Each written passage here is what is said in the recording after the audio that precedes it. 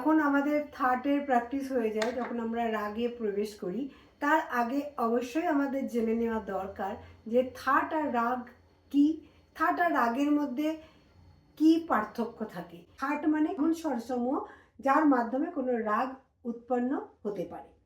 কিছু স্বরসমূহ রাগকে উৎপন্ন করে, আর কিছু স্বরসমূহ যারা আমাদেরকে মনোরঞ্জন দিয়ে থাকে।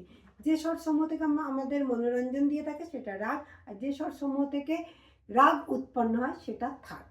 তার মানে থাট বলতে আমরা কি বুঝলাম? থাট একটা কাঠামো, আর রাগ মানে কি বুঝলাম?